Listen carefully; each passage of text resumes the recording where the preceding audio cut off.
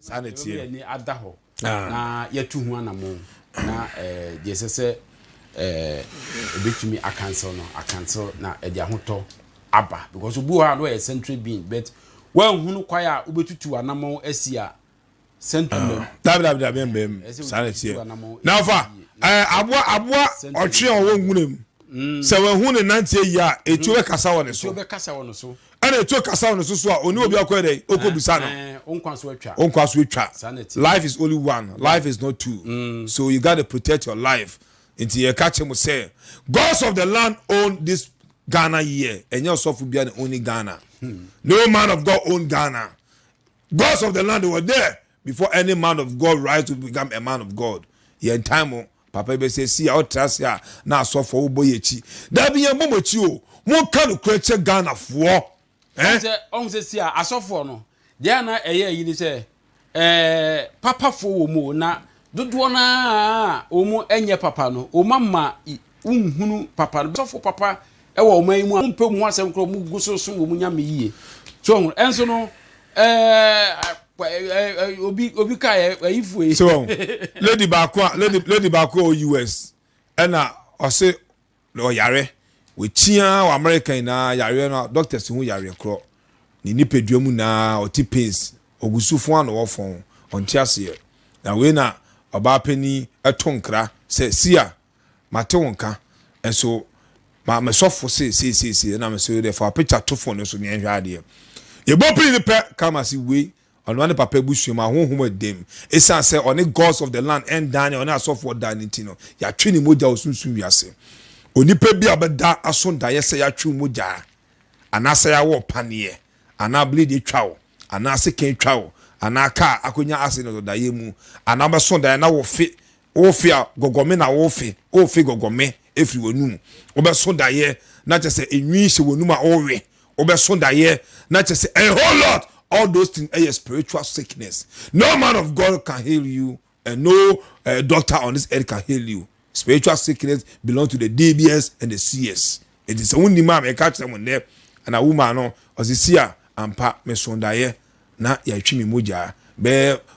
3 years ago and I say no and I say sunsumu yare we nya yare a osofo be bom paye we nya prayers odo yare come osofo say prayers obe wu kwa obe wu na so for this san kwan owi aka che nyame na de ma nyame na de ene ogie nyankopon o man sanji o ma wa ma the rest is yours you have to know the truth of her eti ye catch so for say ye yentan wo mo more kind of clear enter on my Ghana any emunipa Ghanaians are tired of words and Ghanaians need action yo order for ye betiwa dwumadi no so see am say Atsu ensensem ka ekoda but day in day out and I'm say brantie no ewuo no eya amanfo yenti no dodo na entiase ehunu kwaya brantie no fa so ofiri mu dodo na eguso investigation kwaya ofa so efiri mu ankasa se dia beto woni se omu se doctor kire se Atsu that time na incident no esi ye no edi 6 days ansa na Atsu efiri mu enka within 6 days no enka yade rescue team no etimi ebopini be bia wo no enka brantie no free mu issue no esi ye no ye frɛ eba ha ema em say esi ye no 1 week etwam ya 1 week twam em say 1 week twam na ye frɛ ma wo ba ha ema obeka say Atsu afiri mu susum wiase no de wo mu ekan etisen afa medano ase afa asemu ya mbese me kebiem because Ghana Yukrobia all kind of clear actually you to na a woman na almost etime protect omo no bi ti baby do atem me dem say me ton money etime ne once na enyaka and a gods of the land am Matthias say onipa bi obedidi matem bia no they will take action on that person usika wajuma edibini ebe dwalo etima mi mbohu mi guso aka sempa no na enipa betie ofa Atsu wowu yekuno susu wiase dada me se dane na aboa dadada enti Atsu sene Atsu wu ye no ofa se Ghana fo ebe ka no kra we ene fe na action Black Star ebenye yie the next year ene the two forms say buildings e ba bebubu enti so wo say asem bi a ye ka no me tuwe me nim kwampa metimi fa to abonten ofa Atsu wewu mo obi anta baabi enye ingrat interview fake bloggers no mo grant interview can send ya that on pay viewers na there Abraham we wait for Atasifo asase so on can Atasifo hu biem angel of death a confirm etime kasa me gidifo ejimidi sana na no me kase Nigeria election ya bopri hono no gods of the land yekohwe mu na tinibu bula na eda first we Lydia be sitama ye to abei amanfo edimatem e wo Ghana ha ni Nigeria no enso ekokokokoko ba APC na be rule Nigeria back enya de Peter Obi afa Peter Obi ontimi rule Nigeria Peter Obi the level now they no gods of the land enye interested in that Ghana enye UK Nigeria enye UK and Nigeria also enye America they have their culture so follow the culture and the people will love you and gods of the land will allow everything that will come against this election you know ebe conform and Peter Obi there yesere no Nigeria for edono but Tinubu sacrifice our yen of a large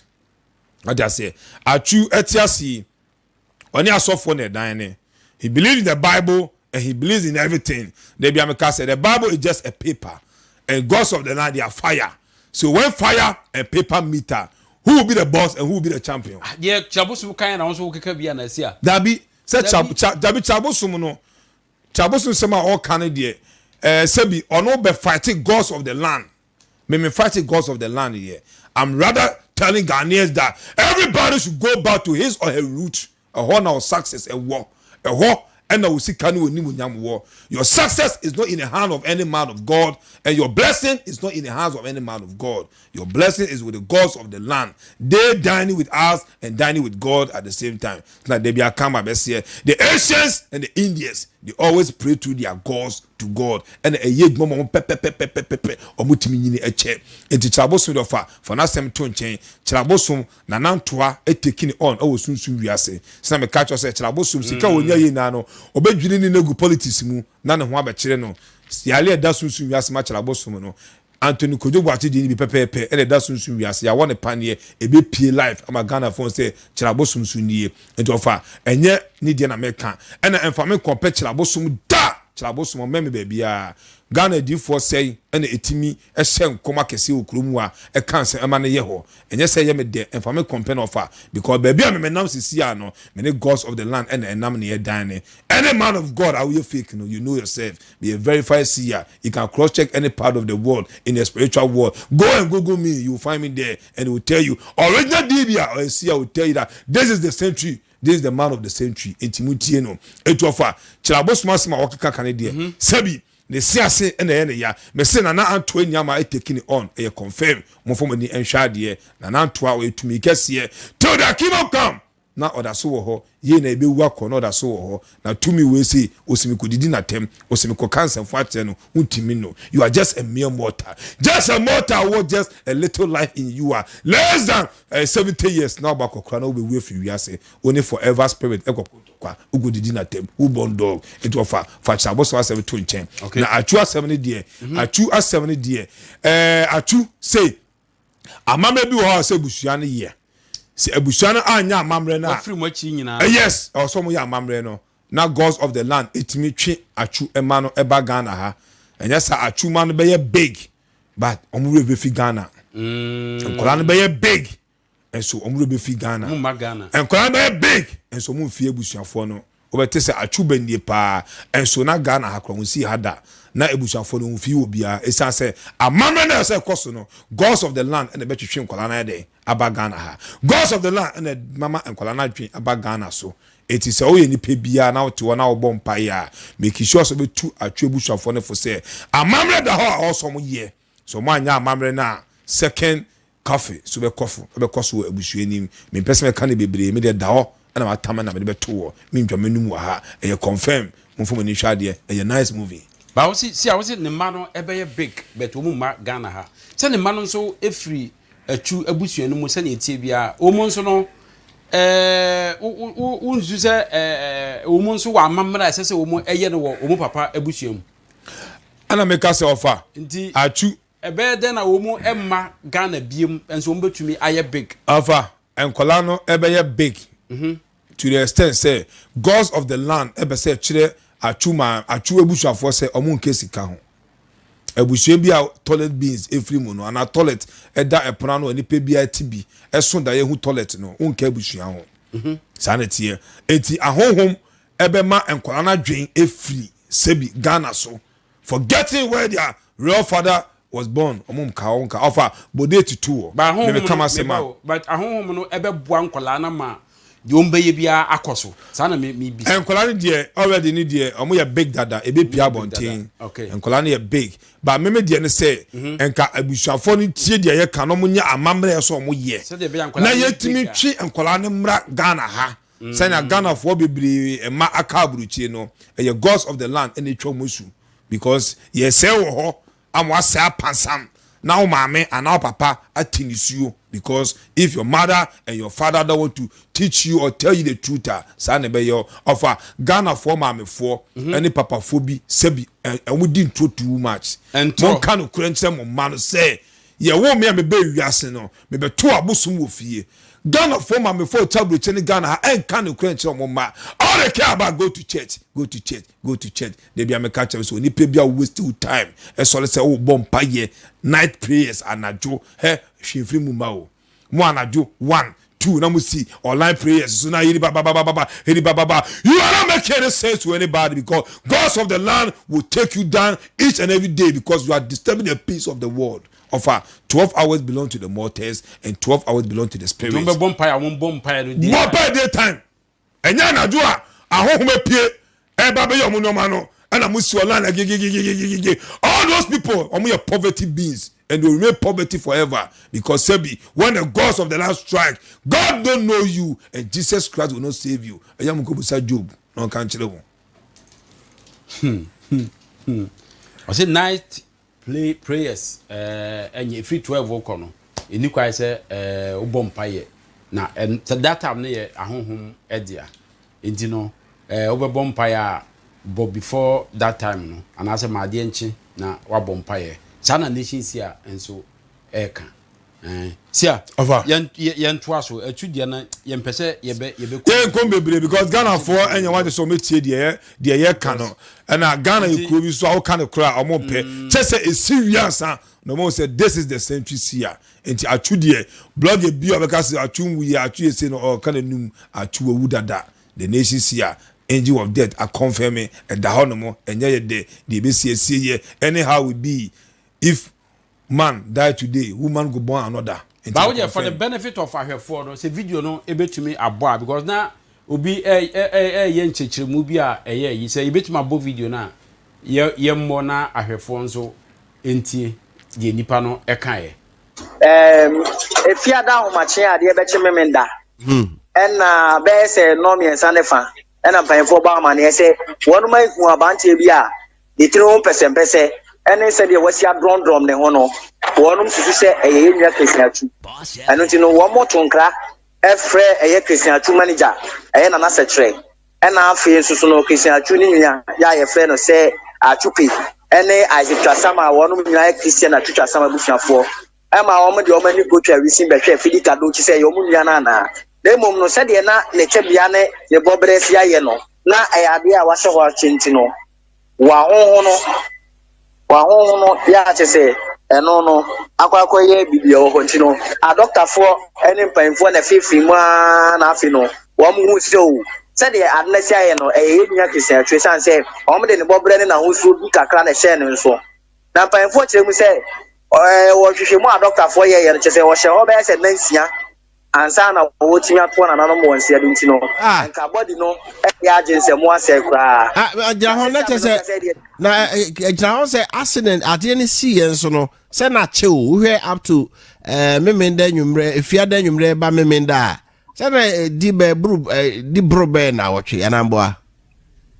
ofa na mum no mo no kirem se wo hye hono be se nansia sa na wo to na no mo nsia do na je say no na onwuye ni hye na onwuye na onwuye cha doctor fo ne hwehwe mu ene wo mo encheche mu kire se wo hye hono be se nansia